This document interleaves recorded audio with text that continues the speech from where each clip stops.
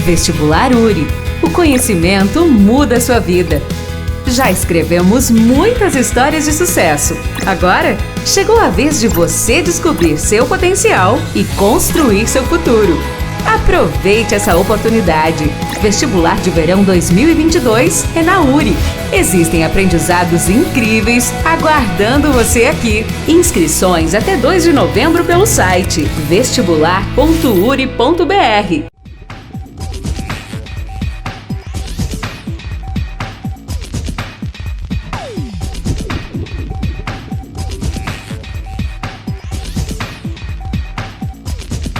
Olá amigos, estamos retomando o nosso programa Expressão Universitária e no programa de hoje temos a satisfação de receber o Dr. Sérgio Bigolin, que é o coordenador do curso de Medicina da nossa universidade. Bem-vindo ao nosso espaço aqui, professor, e é um prazer estar contigo aqui para falarmos sobre vestibular, sobre estrutura do curso, enfim, qual é a expectativa sobre a entrada de mais da 5ª turma do curso de Medicina. Eu lembro de que lá no início, quando a gente falava, havia uma expectativa muito grande da 1ª turma. Já estamos na 5ª turma, professor, e daí? Qual é a expectativa agora para o ingresso desta nova turma? Bom dia, obrigado novamente pelo convite e pela oportunidade de estar aqui hoje. Como disseste, Edmar, nós estávamos naquela perspectiva, a 1ª turma de medicina, né? Como vai ser, nossa expectativa de receber os primeiros alunos que estão conosco até hoje, né? E, aliás, vai aqui uma lembrança que é uma turma muito dedicada, muito esforçada, uma turma que só nos dá alegrias. E hoje vamos para a 5ª turma. Uma expectativa sempre de receber um grupo de alunos que tenham vocação para essa profissão tão nobre que é a medicina, como todas as outras profissões, principalmente da área da saúde, que existe essa dedicação em prol da saúde do paciente. Mas a nossa perspectiva é de um vestibular como nos outros anos, tranquilo, um vestibular onde reina a paz, eu diria, no nosso concurso, e que, lógico, o preparo dos nossos candidatos é que vai fazer o diferencial para nós. E também existe uma expectativa muito grande, porque teremos certamente candidatos de vários pontos da região, do estado e até de outras cidades do país. Como todos os anos, nós temos esse viés de termos muitos candidatos de outros estados e muitos alunos conosco hoje de outros estados, e essa interação que a gente tem, essa troca de cultura, de saberes, de conhecimentos, enriquece muito os cursos hoje em dia. E todos os anos nós temos candidatos. Claro que se nós formos fazer uma análise do número de candidatos na região, sempre é maior. Até pela regionalidade do nosso curso, que ela sempre teve esse viés também, né? Já que o senhor está falando do início do curso, da 1ª turma, e o senhor que convive com esse pessoal, com essas 4 turmas até agora, como é que está sendo essa integração? Porque a gente sabe que muitos candidatos vêm de fora e eles precisaram se inteirar e se integrar, de repente até novos costumes, as novas maneiras, novas interpretações, novas relações. Então, o senhor que acompanha esse dia a dia dos alunos, como é que tem sido isso? Porque eu acho que isso é uma coisa importante para falarmos, especialmente para quem deseja ingressar. Sabes que nós temos o título de capital da amizade. E eu acho que não é por menos. Nós já temos aqui na nossa região, na nossa cidade, uma diversidade de culturas, né? E essa diversidade de culturas, eu acho que nós nos acostumamos com isso e assim, a recepção desses candidatos, a recepção desses futuros colegas nossos de área, ela se dá de uma forma muito tranquila, muito acolhedora, muito positiva. Eu sempre digo assim, nós temos alunos do Maranhão, alunos de Brasília, do Rio, de São Paulo, temos do Tocantins, e esses alunos eles conseguem ter uma interação muito grande com a nossa aqui. Claro, no começo, aquele período adaptativo. São culturas um pouco diferentes, realidades um pouco, o clima um pouco diferente, não resta dúvida, mas assim, é muito rápido a adaptação dele. E também a gente sempre diz assim, são jovens, né? jovens com aquele espírito adaptativo, aquele espírito de integração, de relações com outras pessoas. Então eles fazem essas amizades muito bacanas, muito legais, e isto até para o rendimento acadêmico deles é muito positivo, não resta dúvida, né? Mas assim, de um modo geral, a nossa cidade acolhe muito bem esses alunos que vêm de fora. Mas quem quer ser médico precisa encarar desafios, e o primeiro desafio, acredito que esteja aí, né? Eu acho que, assim, eu sempre digo assim, muitas vezes me perguntam, eu vou nas escolas, que nem fomos a semana passada em algumas escolas falar, e me perguntam o que é preciso para ser médico. E eu sempre coloco que a primeira coisa é preciso ter vocação, né? A vocação de cuidar, a vocação de acolher. Eu acho que é o primeiro passo para qualquer profissão, mas na área da saúde e na medicina em particular, que estamos aqui falando da nossa faculdade de medicina, a vocação de cuidar do bem mais precioso que o ser humano tem, que é a saúde. Então, se ele tem essa vocação que ela pode se despertar desde muitas vezes de criança, você pega crianças muitas vezes que vêm conversando, eu quero ser médico, eu quero ser médico, eu quero ser médico, quando eu crescer eu quero ser médico, e vão ser médicos. Poxa, ele já tem uma vocação biológica, uma vocação nata desta profissão. Mas muitas vezes no decorrer, lá no ensino médio, eles vão se descobrir na sua vocação.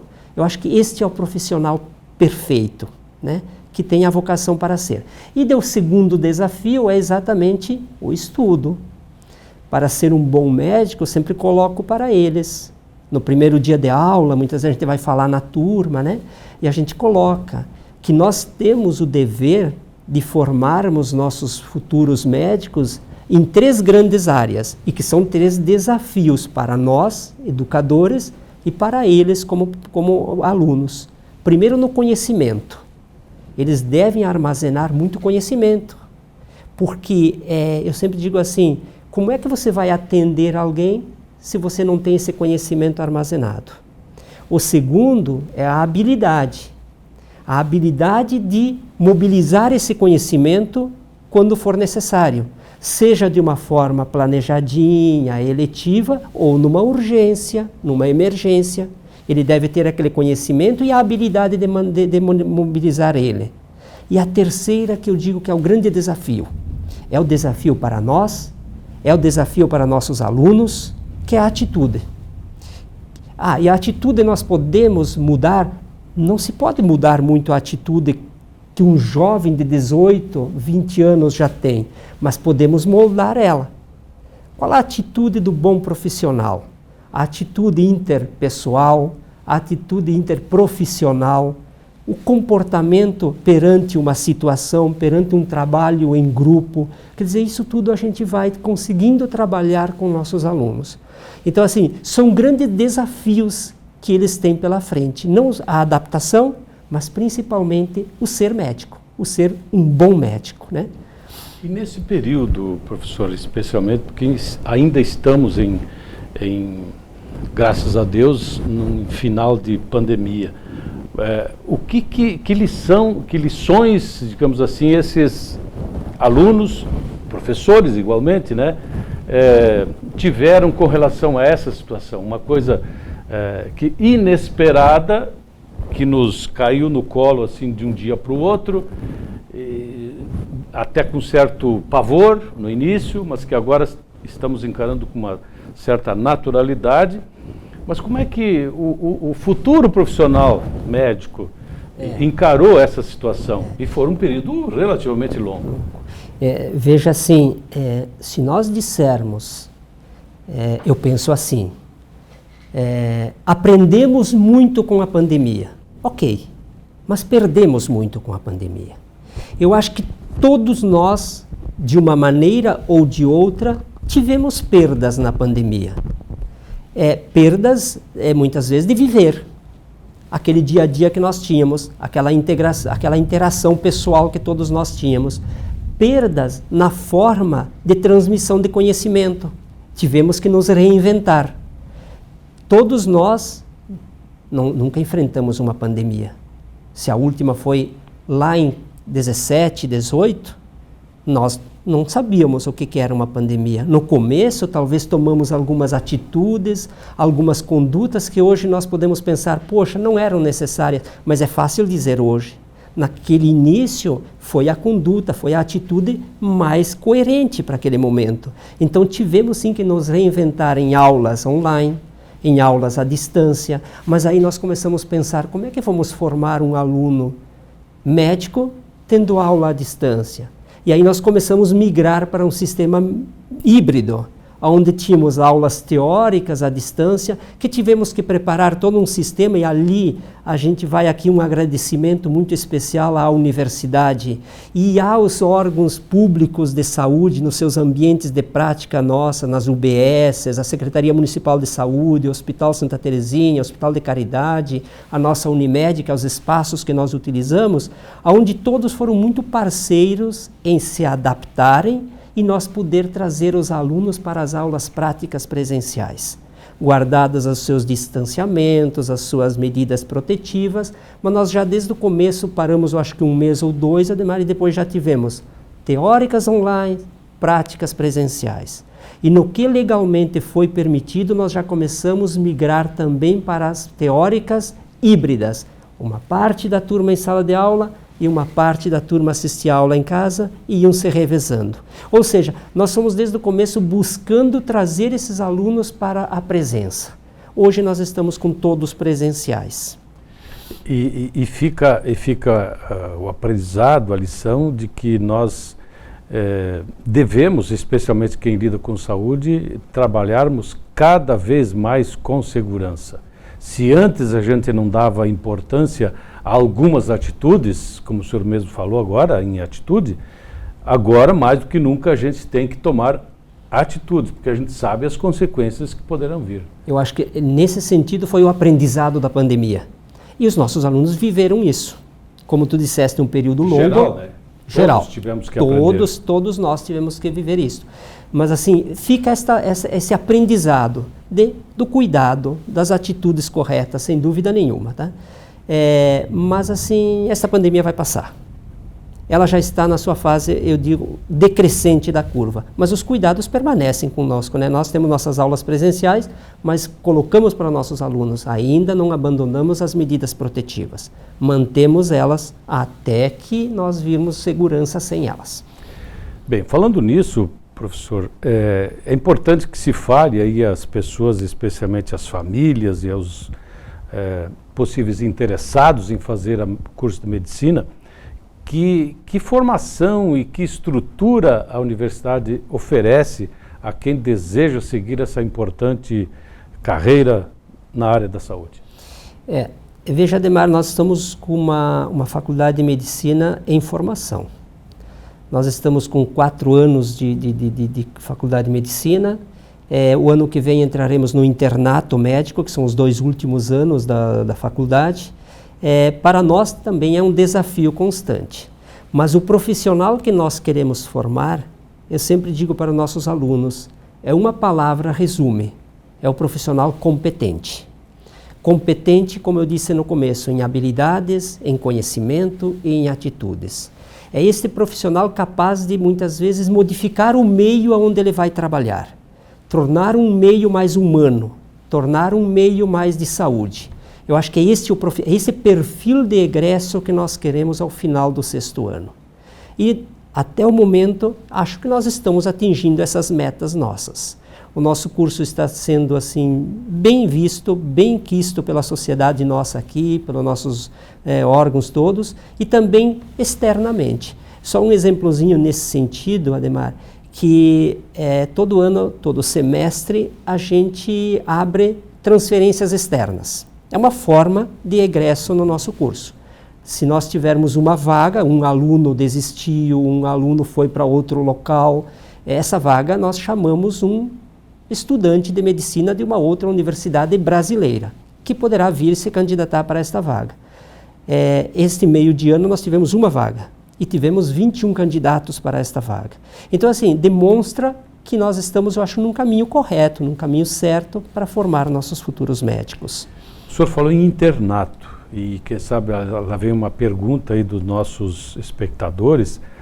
O que isso vai significar para a comunidade, a entrada da primeira turma, né, no chamado internato? E que tipo Nos explique um pouquinho o que é o internato. Os 4 primeiros anos de faculdade, eles são teóricos e práticos.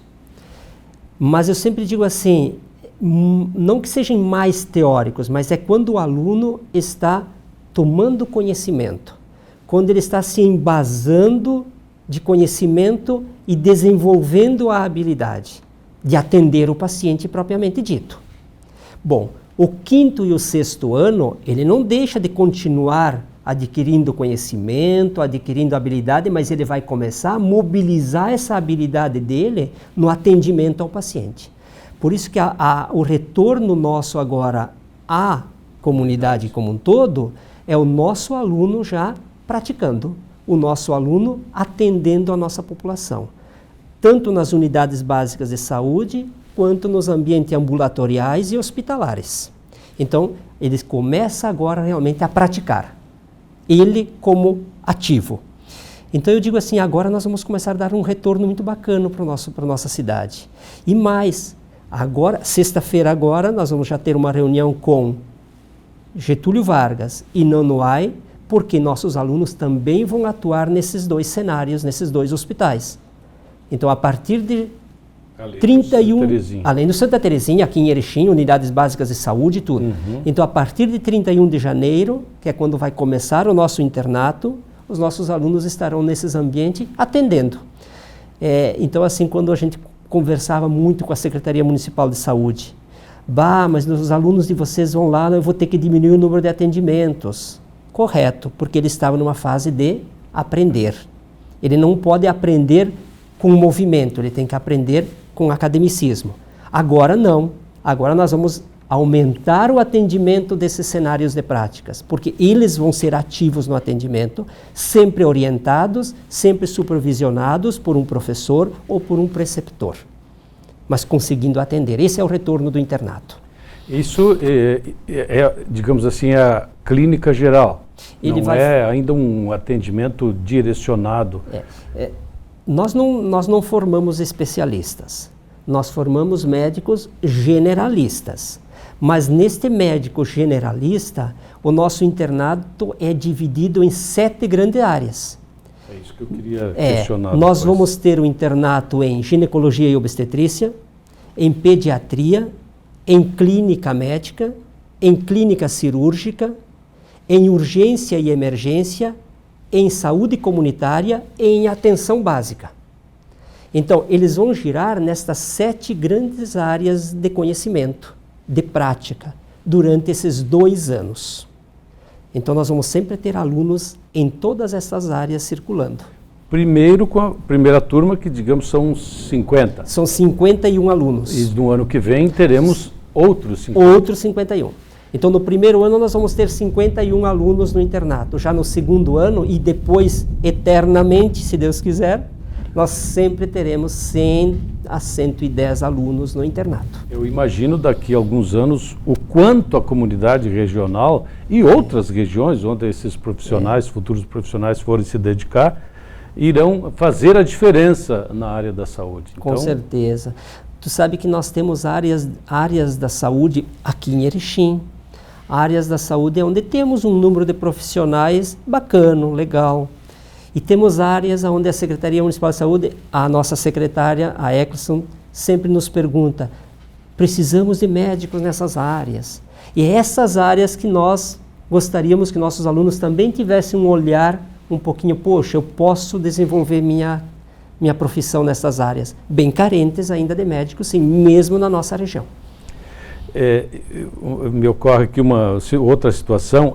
Esses alunos que são de outros locais, outros estados, outras cidades, eu acho que o desejo de todos é voltar para a sua cidade, fazer a diferença também, com o conhecimento adquirido aqui. Mas muitos desejam permanecer aqui também. Então, como é que o senhor imagina que será a realidade daqui para frente? Eu acho assim, claro que sempre você tem aquele desejo de voltar para o teu lugar. Eu acho que todos nós somos assim. É o sonho de muita gente. Todos né? nós. Peregrinamos, andamos, vamos para cá, vamos para lá, mas parece que sempre tem aquela força nos puxando para o nosso local. É como diz a música do Cleito e Cledir, que volta para Pelotas. Né? Porque eu acho que por mais que tu tenha sonhos, mas o teu lar, o teu lugar sempre te chama. Mas assim, muitos de nossos futuros médicos, eu tenho certeza, vão ficar.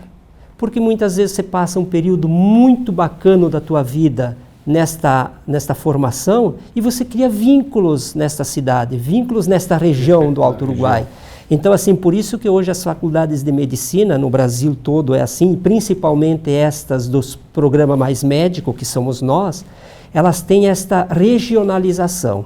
Por isso que nosso aluno vai para Nonoai, nosso aluno vai para Getúlio Vargas, nosso aluno começa a ter uma vivência da nossa região, porque o objetivo é fixar muitos desses futuros médicos trabalhando, desenvolvendo, porque daí eles já vão conhecer a realidade da nossa durante a sua formação. E ele já pode despertar, olha, quando eu me formar eu vou fazer a diferença lá. Eu vou lá resolver aquele problema que eu diagnostiquei durante a minha formação. Isso é uma coisa importante também. E descobrir também, professor, de que muitas cidades, muitas regiões ainda são extremamente carentes de um médico, de alguém que faça a diferença na área da saúde. Por mais que nós tenhamos hoje um número, e eu entendo, tenhamos um número muito grande de faculdades de medicina no Brasil, talvez um dos maiores do mundo, perdemos por poucos países. Formamos muitos médicos e iremos formar cada vez mais. Mesmo assim, muitas localidades apresentam uma carência importante de profissionais da área da saúde. E é essas localidades que a gente teria que despertar o desejo desses colegas irem trabalhar. Uma melhor distribuição de profissionais. Eu acho que esse é o grande problema. Né? Esse é o grande desafio. Porque a nossa concentração de médicos ela é muito litorânea. Ela está muito nas cidades litorâneas do nosso país. Não porque o litoral é melhor que o sertão, não, porque a grande maioria das faculdades de medicina se concentram no litoral, nessas capitais nossas do litoral. Então nós devemos, e por isso, dentro desse programa Mais Médico, uma das coisas que o Ministério da Educação e da Saúde fizeram foi levar faculdades de medicina para o interior do país. Como nós aqui, Erechim, como Ijuí. E assim você vai criando o vínculo desses futuros médicos com esta região, com esta realidade. Eu acho que isso é o desenvolvimento da saúde que vai acontecer. Se nós, junto com Passo Fundo, de repente, Chapecó, já somos um centro importante na área da saúde, seremos mais ainda, na sua opinião, na sua versão? Com certeza. Eu digo assim, o Rio Grande do Sul, Santa Catarina, Paraná aqui, nós somos grandes formadores de médicos. E a nossa região do norte do Rio Grande do Sul, Passo Fundo, Erechim, está se tornando um polo realmente. Eu acho que nós começamos agora, Passo Fundo já tem uma carreira de mais de 50 anos, né? Mas está se desenhando aqui um núcleo de formação de profissionais da saúde. Importante para a população que não precisa mais se deslocar tanto até para ir para uma capital, de repente, para buscar alternativas, porque já temos aqui muitas áreas que somos bem atendidos, mas teremos mais. Que bom para todo mundo, né, doutor? Serão muito poucas as áreas que nós não vamos desenvolver aqui na nossa região, muito poucas. Casos muito específicos mesmos. Para nós encerrarmos, professor, a nossa conversa, acredito que seja importante salientar a nossos espectadores. O senhor falou recentemente de que teremos 7 grandes áreas de atendimento. Como é que se dará esse atendimento? As pessoas poderão ir lá ou ainda depende de um encaminhamento? Na grande maioria destas áreas, os nossos alunos irão atender nos serviços que já estão funcionando. Nas UBSs, só que atendendo o quê?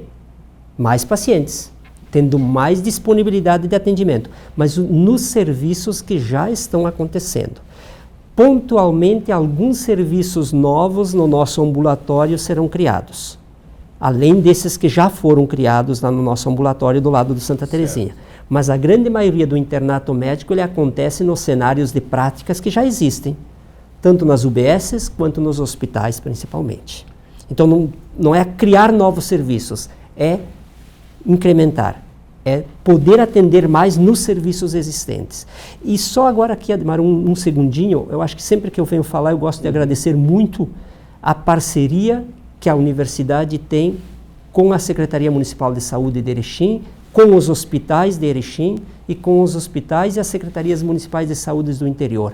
Abrimos agora neste semestre o atendimento a todos os pacientes ambulatoriais da região do Alto Uruguai. Então tivemos várias reuniões com os representantes da delegação aqui de saúde e nós estamos atendendo no nosso ambulatório do lado de Santa Terezinha as especialidades de toda a região agora. Então isso é um serviço que nós estamos oferecendo em parceria com o setor público de saúde. Excelente informação, então, à nossa comunidade. Então, o último recado seu é justamente para que quem deseja, essa é a oportunidade de vir se engajar e buscar a sua formação junto à nossa universidade. Eu desejo um grande vestibular para todos nós, um sucesso para os nossos alunos que irão prestar a nossa prova aqui. Será uma prova esse ano, tanto a redação quanto as 80 questões realizadas pela própria universidade nossa. Então eu acho que vai ser bem positivo, igual foi o último vestibular nosso. Ok, doutor. Obrigado pela sua presença mais uma vez aqui no nosso programa Expressão Universitária. E a você em casa que semanalmente nos prestigia, igualmente o nosso abraço, o nosso obrigado pela sua audiência. Até a semana que vem.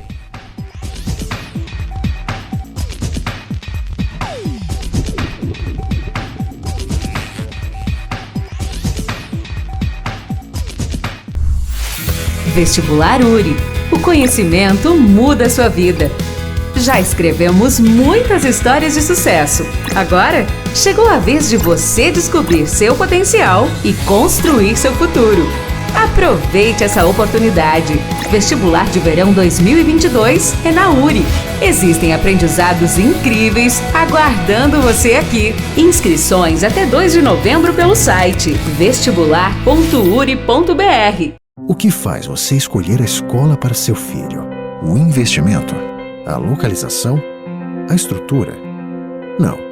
A melhor escola para o seu filho é aquela que prepara ele para a vida. Escola de Educação Básica da URI Erechim. A melhor escola da região no Enem.